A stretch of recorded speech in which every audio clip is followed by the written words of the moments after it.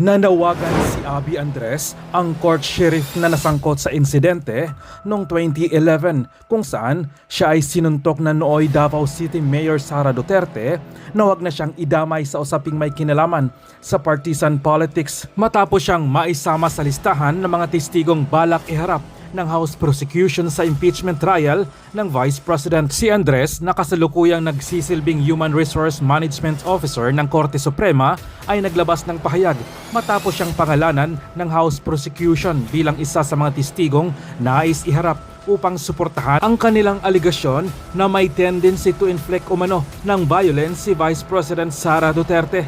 Sa kanyang pahayag, sinabi ni Andres na matagal na niyang piniling huwag magsalita tungkol sa insidenteng naganap noong 2011 habang siya ay nagsisilbing Sheriff 4 ng Regional Trial Court. Ayon pa sa kanya, sapat na ang mga ulat ng media hinggil sa naturang pangyayari at hindi na siya magbibigay ng karagdagang komento bilang paggalang sa pagiging neutral at walang kinikilingan na hinihingi ng kanyang kasalukuyang posisyon sa Korte Suprema. Nagugat ang insidente sa isang court order demolition operation sa Barangay Suliman, Agdao District, Davao City na kung saan nagkaroon ng komprontasyon sa pagitan ni Andres at ni dating Mayor Sara Duterte habang ipinapatupad ang utos ng korte. Ano ang ibig sabihin nito? Kasi isinama siya ng prosecution. Ibig bang sabihin, ang prosecution, wala pa silang communication. So, hindi pa nila nakuha ang taus-pusong taus-pusong sali ni Abby Andres na maging witness laban kay BP Sara. Kasi sabi, huwag nyo na akong isama dyan. Totoo nga naman, kung tutusin isang bangungot para kay Sheriff Andres, itong nangyari. Kasi ang nakalaban niya, isang napaka-popular na mayor. At ngayon, Vice President na. At posible pang maging presidente sa 2028. Kung ako si Sheriff Abby Andres, mas mabuti para sa akin na wag nang sasama dyan. Kasi malalagay na naman siya sa limelight. Biri ma, i-flash ngayon sa screen. Kung matuloy, pinapanood ng halos lahat ng Pilipino, i-flash ngayon yung mukha niya na sinusuntok ng isang galit na Mayor Inday Sara. Di ba, ano yan sa kanya? Trauma, pati sa kanyang mga anak, pamilya. Tama naman. Mataas ng posisyon niya doon. Human Resource Officer ka ng Supreme Court. Mataas yun. Tahimik na ang buhay niya ngayon. Tapos ngayon, ginugulo ng prosecution. So, kung ako ang yung tanongin, parang lumalabas na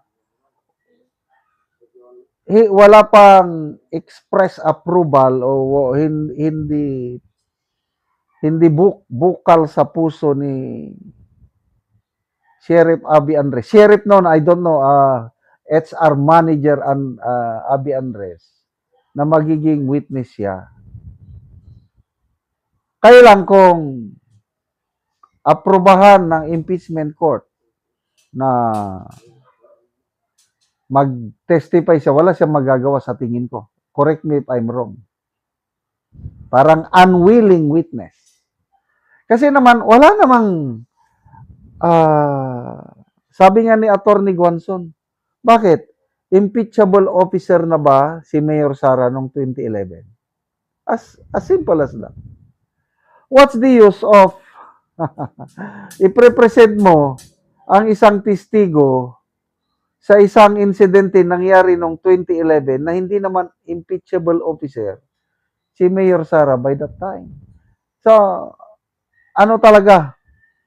Desperado. That's how I describe it. Wala silang ibang witness.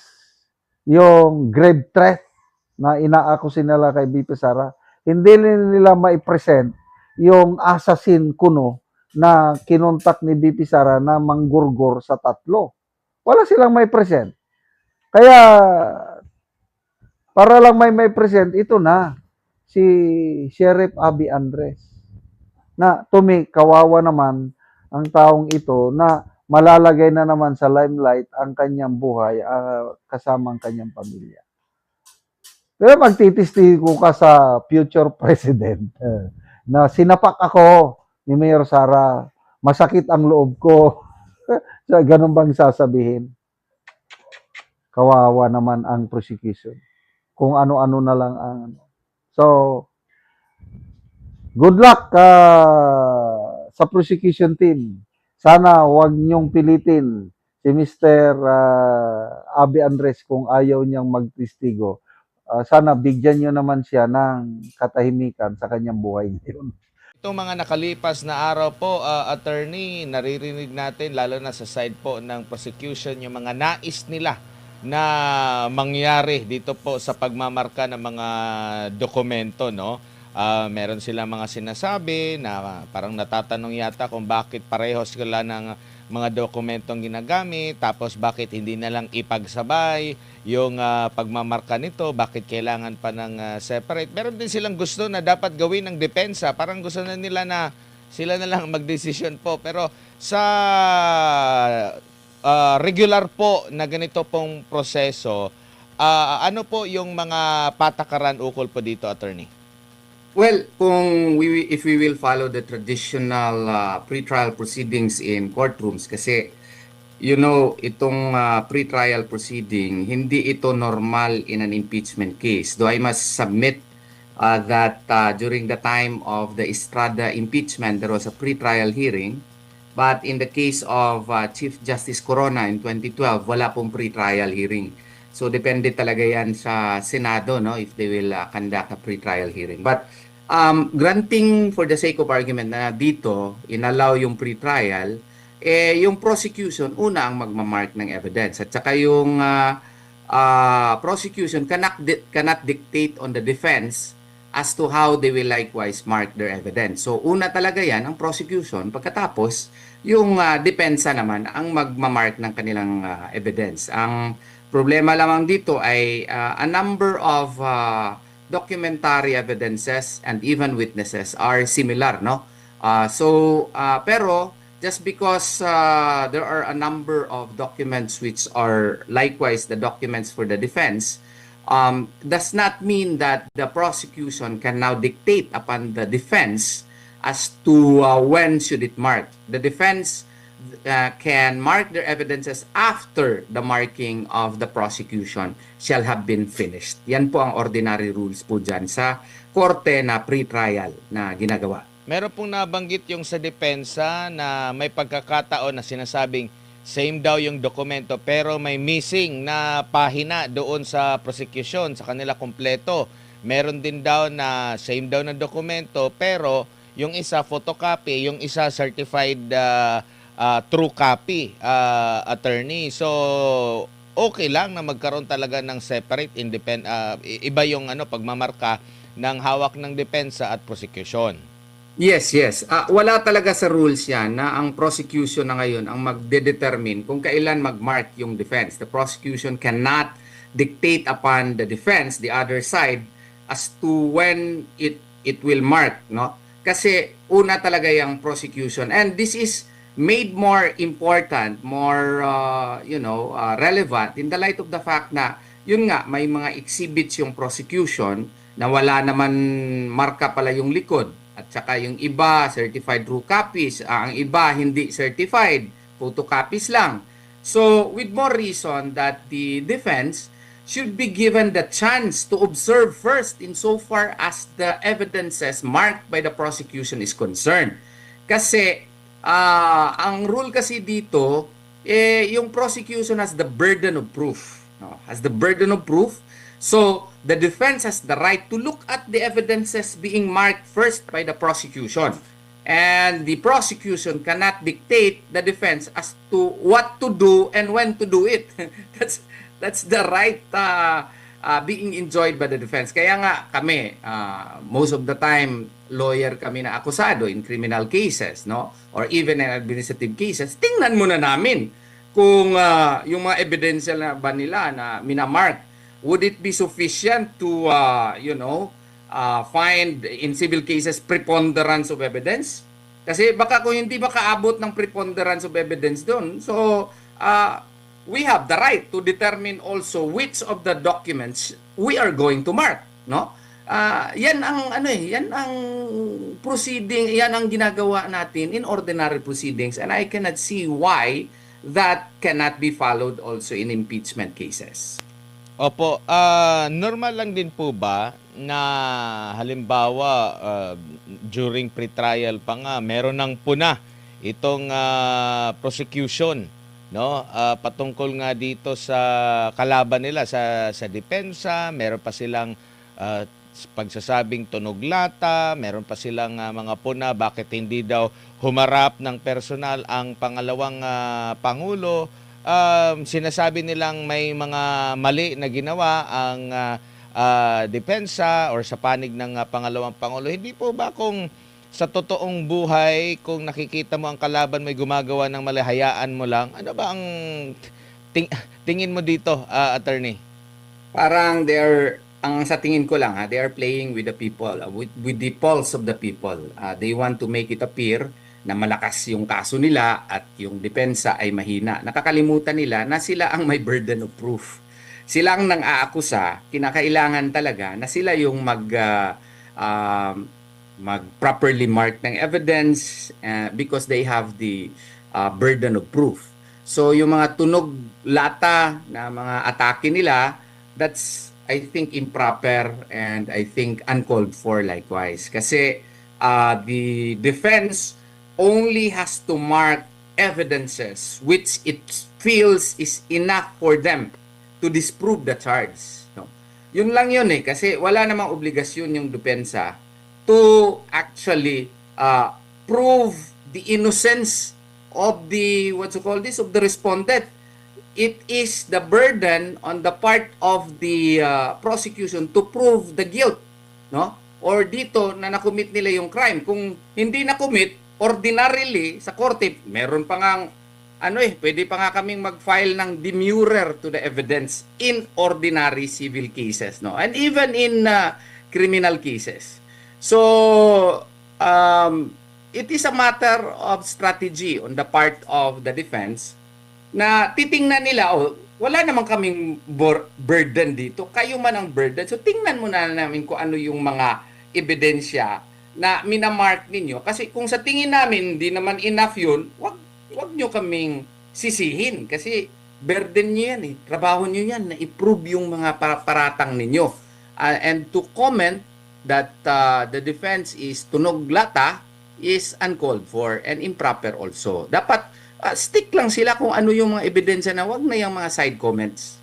May gabi, sir. Si MJ po ito. Sir, marami Yes, po sir. ang mga nagsasabi at nagtataka doon sa pahayag na pwede raw ang surprise witness sa impeachment trial na mismo. Di ba po yan ang sinusolve ngayon sa pre-trial conference? Yes, actually, yung surprise witnesses, once there is already a pre-trial order, I believe that the impeachment court will issue a pre-trial order. In law, when I teach my students, no, para maintindihan, once there is already a pre-trial order, it becomes the Bible of the case. So if it is the Bible of the case, it defines the parameters upon which the case shall be tried by the court. In this case, the impeachment court. Now, if there are witnesses that are not included there, as a general rule, hindi ka pwede mag-present ng surprise witnesses. Katakot-takot na debate yan ang mangyayari niyan, no? Kasi nga po, lahat ng mga witnesses mo i-identify mo na doon sa pre-trial proper at saka kinakailangan na kinakailangan na nandun sa lahat ng mga lahat ng mga armamento mo nandun nakasaad na sa pre-trial order except lang kung may express reservation ka. And under the rules, even ordinary rules now, no, of court, the reservation should be specific. It should be specific in the sense that there should be identification of who shall be that witness and the nature of his testimony. And as a matter of fact, if it is documentary evidence, you should describe it in advance. It is just that during the pre-trial, it was not with you, but you have to describe it with specificity. Yan yung requirement na ngayon po sa ating rules of court insofar as documentary evidences are concerned and witnesses are concerned. Pero kung itutuloy yun, sir, yung surprise witness, quote-unquote, ano yun? Magandang halimbawa ba yun sa mga nag-aaral ngayon ng abogacya, Ay, hindi. yung kumukuha ngayon ng Mahirapan abogacya? mahirapan na tayo magturo niyan sa law school niyan. Meron nga ako nakita sa Facebook, I don't know if it is true, na ipapa-present daw nila yung sheriff daw na allegedly nabugbog ni VP Sara at the time when she was mayor. You know, I could never forget that case because at that time, I was governor of the Integrated Bar of the Philippines for Eastern Mindanao. And I think yung mga media, mass media noon, nag-file ng disbarment case against VP Sara, then Mayor Sara Duterte. Yung mga taktik na yan, dapat hindi na yan i-allow, no? Hindi talaga yan i-allow. Kasi in the first place, ang impeachment complaint here is based on the third impeachment complaint as well as the fourth impeachment complaint. The so-called third Sabalya complaint and the fourth Cabrera complaint. In the Sabalya as well as the Cabrera complaint, walang nakasaad doon about niyang, I don't know kung totoo ba yung pinapatawag nila yung sheriff, no? Surprise witnesses nga are, as a general rule, disallowed unless lang if you can provide compelling reason, no, in the interest of justice, na ma-prove mo yan doon sa korte na mismo. But whatever may be the ruling of the court may open the door on the part of the defense to question it before the Supreme Court, and in this case, in the impeachment, kasi grave abuse of discretion amounting to lack or excess of jurisdiction. Due process requires that during the pre-trial proper, any and all evidences have to be stated, not only stated, it has to be marked in evidence so that there will be no surprises. Yun po. Opo, din ito pong tax records ni VP at ni second gentleman, Manscarpio. Ano, pakipaliwanag nga po ito, sir, batay po sa batas at sa pag-aaral po nito, to be allowed sa impeachment sa isang Senate impeachment court? Well, na-cite na namin yan, no? Nung nag-file kami ng petition sa Korte Suprema. That's one of the issues I believe that we raised there because if you note, as a general rule, yung mga tax returns kasi, yung SALN ba yun, no? Ang rule kasi niyan under Section 270 of the National Internal Revenue Code, no? Bawal na bawal po on the part of the BIR, no? To divulge to any person, no? Or makes known or any other manner may be provided by law information regarding the business, income, or estate of any taxpayer, no? May exception lang dyan, yung Section 20A, no? Yung Section 20A, no? Nakasaad dyan, the Commissioner shall, upon request of Congress and in aid of legislation, furnish its appropriate committee pertinent information, including but not limited to industry audits, collection performance data, status reports in criminal actions, no? Etc., etc. Pero ang nakasaad kasi dito, that Congress must be in session and in aid of legislation. Impeachment ito eh. So, it does not fall under the exception provided under Section 20A of the National Internal Revenue Code. So, medyo delikado po yan. Ang BIR niyan, kung i-disclose nila yan, baka magkaroon ng, ng liability. At saka, well, they may use as a reason, hindi naman yung BIR yung nag-o-open no? but nevertheless, the spirit of the law is such that it is still covered by confidentiality rule, and it is my humble submission that such cannot be allowed because another reason also can be provided. Nowhere in the Cabrera complaint as well as in the Saballa complaint did Saballa or Cabrera specify the SALN which are questionable. So, since it is not, no ultimate facts was properly pleaded in the Saballa complaint as well as in the Cabrera complaint, then it cannot be used in evidence in any proceeding, much more impeachment proceeding.